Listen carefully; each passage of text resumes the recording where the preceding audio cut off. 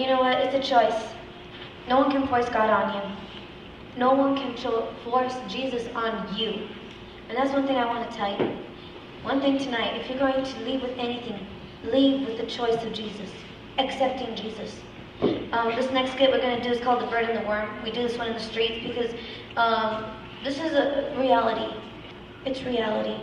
And you're going to see how a young person makes the choice, literal choice, of choosing God or not choosing God. And I just pray, I pray that you choose God. Be blessed.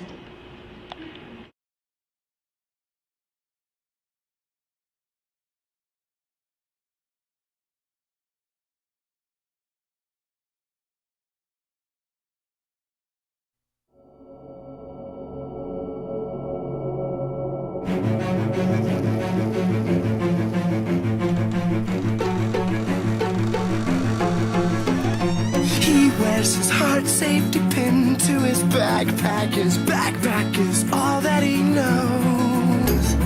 Shot down by strangers whose glances can cripple the heart and devour the soul.